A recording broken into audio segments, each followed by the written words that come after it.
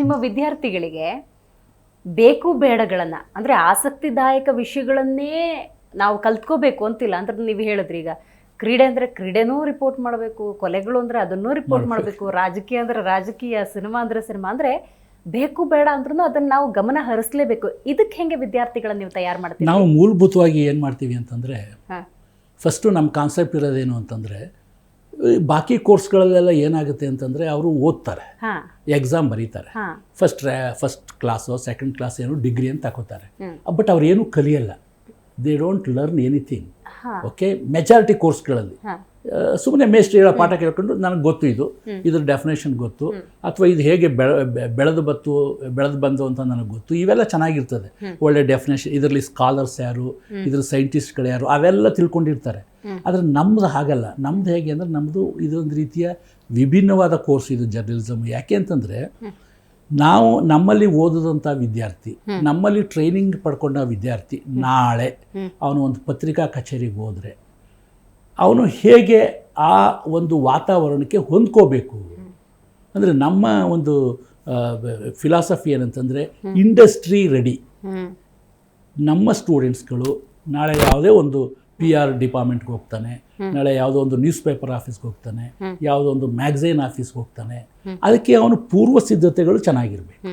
ಅದರಲ್ಲಿ ಏನಂತಂದರೆ, ಒಂದು ಬೇಸಿಕ್ ಕ್ವಾಲಿಫಿಕೇಷನು ರಿಕ್ವೈರ್ಮೆಂಟ್ ಏನಂತಂದರೆ ರೈಟಿಂಗ್ ಸ್ಕಿಲ್ಸ್. ಸುದ್ದಿ ಅದೊಂದು ರೀತಿಯ ಸ್ಕಿಲ್ಲು, ಲೇಖನಗಳು ಬರೀತಕ್ಕಂಥದ್ದು ಅದೊಂದು ರೀತಿಯ ಸ್ಕಿಲ್ಲು, ಅದಕ್ಕೆ ಬೇಕಾದ ಫೋಟೋಗಳನ್ನು ಹೊಂದಿಸಿ ಎಡಿಟರ್ಗೆ ಕೊಡ್ತಕ್ಕಂಥದ್ದು ಅದೊಂದು ರೀತಿಯ ಸ್ಕಿಲ್ಲು. ಇದನ್ನು ನಾವು ಹಂತ ಹಂತವಾಗಿ ಕಳಿಸ್ತೀವಿ. ಮುಖ್ಯವಾಗಿ ಏನು, ಕನ್ನಡದಲ್ಲಿ ಸುಲಲಿತವಾಗಿ ಬರೆಯುವ ಸರಳ ಪದಗಳನ್ನು ಉಪಯೋಗಿಸ್ಕೊಂಡು ಜನಸಾಮಾನ್ಯರ ಮುಟ್ಟುವ ಒಂದು ತಂತ್ರಗಾರಿಕೆ. ಯಾಕೆಂದರೆ ಸುದ್ದಿ ಯಾರು ಒಂದು ಡಿಕ್ಷನರಿ ಇಟ್ಕೊಂಡು ಓದಲ್ಲ. ಸೊ ನೀವು ಭಾಳ ಉತ್ತಮವಾದ ಭಾಷೆಯನ್ನು, ಭಾಳ ಮೇಲ್ಮಟ್ಟದ ಭಾಷೆಯನ್ನು ಬಳಸಿದ್ರೆ ಓದುಗನಿಗೆ ತಲುಪಲ್ಲ ಅದು. ಸೊ ಹೀಗಾಗಿ ನಾವು ಸರಳವಾಗಿ ಸುದ್ದಿಯನ್ನು ಬರೆಯುವ ಕಲೆಯನ್ನು ನಮ್ಮ ವಿದ್ಯಾರ್ಥಿ ಕಳಿಸ್ತೀವಿ. ಎರಡನೇದು, ಇಂಗ್ಲೀಷ್ ಜ್ಞಾನ ಬೇಕು. ಯಾಕೆಂತಂದರೆ ಈಗ 60-70 ದಶಕದಲ್ಲೆಲ್ಲ ನ್ಯೂಸ್ ಬರೋದೆಲ್ಲ ಇಂಗ್ಲೀಷ್ನಲ್ಲೇ. PTI, UNI ಎರಡು ದೊಡ್ಡ ಏಜೆನ್ಸಿಗಳು. ಇತ್ತೀಚೆಗೆ ಕನ್ನಡದಲ್ಲಿ ಸುದ್ದಿ ಬರ್ತಕ್ಕಂಥ ಶುರುವಾಗಿದೆ. ಸೊ ಹಾಗಾಗಿ ಎಲ್ಲರಿಗೂ ದೊಡ್ಡ ಒಂದು ತಲೆನೋವು ಅಂತಂದರೆ, PTIಯಿಂದ ನ್ಯೂಸ್ ಬತ್ತು, UNIಯಿಂದ ನ್ಯೂಸ್ ಬತ್ತು, ಕ್ವಿಕ್ಕಾಗಿ ನೀವು ಅದನ್ನು ಟ್ರಾನ್ಸ್ಲೇಟ್ ಮಾಡಬೇಕು. ಈಗ ನೀವು ಬೇಕಾದರೆ ಈಗ ಟ್ರಾನ್ಸ್ಲೇಟ್ ಮಾಡೋಕ್ಕೆ 10 ಇವವೆ. ಈಗ ಏನು ಹೇಳಿ, ಟೆಕ್ನಾಲಜಿ ಇದೆ. 5 ನಿಮಿಷಕ್ಕೆ ಸೆಕೆಂಡಲ್ಲಿ ಟ್ರಾನ್ಸ್ಲೇಟ್ ಮಾಡ್ಕೊಡ್ತದೆ ನಿಮಗೆ. ನೀವು ಇಂಗ್ಲೀಷ್ ಕೊಟ್ಟರೆ ಸಾಕು, ಆ ಕಡೆಯಿಂದ ಕನ್ನಡ ಟ್ರಾನ್ಸ್ಲೇಟ್ ಆಗಿ ಕಂಪ್ಯೂಟರ್ಲ್ಲಿ ಬಂದ್ಬಿಡ್ತದೆ. ಆ ಫೆಸಿಲಿಟಿ ಇರಲಿಲ್ಲ. ಸೊ ಹಾಗಾಗಿ ನಾವು ವಿದ್ಯಾರ್ಥಿಗಳಿಗೆ ಏನು ಹೇಳ್ತಾ ಇದ್ವು ಅಂತಂದರೆ, ನಾವು ಕನ್ನಡದಲ್ಲಿ ಸುದ್ದಿಯನ್ನು ಬರಿಬೇಕಾದ್ರೆ ಮೊದಲು ಇಂಗ್ಲೀಷ್ ಸುದ್ದಿಯನ್ನು ಚೆನ್ನಾಗಿ ಸ್ಪಷ್ಟವಾಗಿ ಅರ್ಥ ಮಾಡ್ಕೋಬೇಕು. ಇಲ್ಲಾಂದ್ರೆ ಏನಾಗುತ್ತೆ ಅಂದರೆ, ಇಂಗ್ಲೀಷ್ನಲ್ಲಿ ಏನೋ ಇದೆ, ನೀವು ಕನ್ನಡದಲ್ಲಿ ಏನೋ ಬರೀತೀರಿ, ಓದುಗ ಇನ್ನೊಂದು ರೀತಿಯಲ್ಲಿ ಅದನ್ನು ಅರ್ಥೈಸ್ಕೋತಾನೆ. ಅದಾಗಬಾರ್ದು. ಆಗ ನಾವು ಏನು ಹೇಳ್ತಾ ಇದ್ವು ಅಂತಂದರೆ, ವಿದ್ಯಾರ್ಥಿಗಳಿಗೆ ಯಾವಾಗಲೂ ನೀನು ಒಂದು ಸಣ್ಣ ಡಿಕ್ಷನರಿಯನ್ನು ನೀನು ಬ್ಯಾಗಲ್ಲಿ ಇಟ್ಕೋ. ಯಾವಾಗ ನಿಮಗೆ ಡೌಟ್ ಬರುತ್ತೆ ಅದನ್ನು ದಯವಿಟ್ಟು ರೆಫರ್ ಮಾಡು, ದಯವಿಟ್ಟು ತಪ್ಪುಗಳನ್ನು ಮಾತ್ರ ಮಾಡಬೇಡ.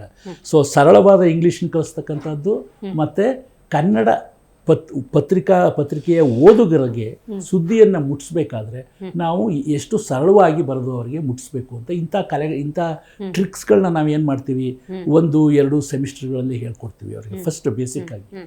ಆಮೇಲೆ ಅವರವ್ರ ಇಂಟ್ರೆಸ್ಟು.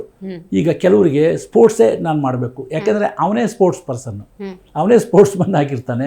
ಅವ್ರಿಗೆ ಇದನ್ನೇ ಈ ಮೇಸ್ಟ್ರಿ ಎಲ್ಲ ಹೇಳ್ತಾರಲ್ಲ, ಇದನ್ನೇ ನಾನು ಯಾಕೆ ಬರೀ ಸ್ಪೋರ್ಟ್ಸ್ಗೆ ಕಾನ್ಸಂಟ್ರೇಟ್ ಮಾಡಿ ನಾನು ಕ್ರಿಕೆಟ್ ಬಗ್ಗೆ ಬರೀಬಾರ್ದು, ಖೋ ಬಗ್ಗೆ ಬರೀಬಾರ್ದು, ಯಾರೋ ಒಬ್ಬರು ಫೇಮಸ್ ಕ್ರಿಕೆಟ್ ಆಟಗಾರರು ಇರ್ತಾರೆ ಅವ್ರನ್ನ ಯಾಕೆ ಇಂಟ್ರೂ ಮಾಡಬಾರ್ದು.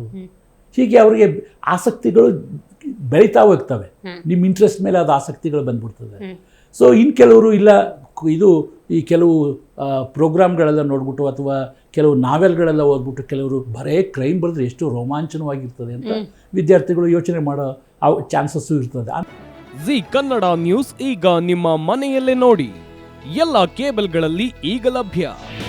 ನಿಮ್ಮ ನೆಚ್ಚಿನ ಜಿ ಕನ್ನಡ ನ್ಯೂಸ್ ಈಗ ಸನ್ ಡೈರೆಕ್ಟ್ ನಲ್ಲಿ number 292, Tata play number 1664, Jio TV number 1334, NXT digital number 30, in cable number 30, city networks 51, U digital number 162, GTPL number 17, Rockline telecommunications number 42, Shri Basaveshwara cable number 168, rural cable network 60, Vinayaka digital 57, Abhishek cable 821, city channel 53, Siddeshwara cable network 57, V4 digital Infotech 628, Surya digital networks 53, Gajanan digital number 836, Malnad Infotech Private Limited number 56, Metrocast number 830, Victory Digital number 167ರಲ್ಲಿ ನೋಡಿ ಆನಂದಿಸಿ.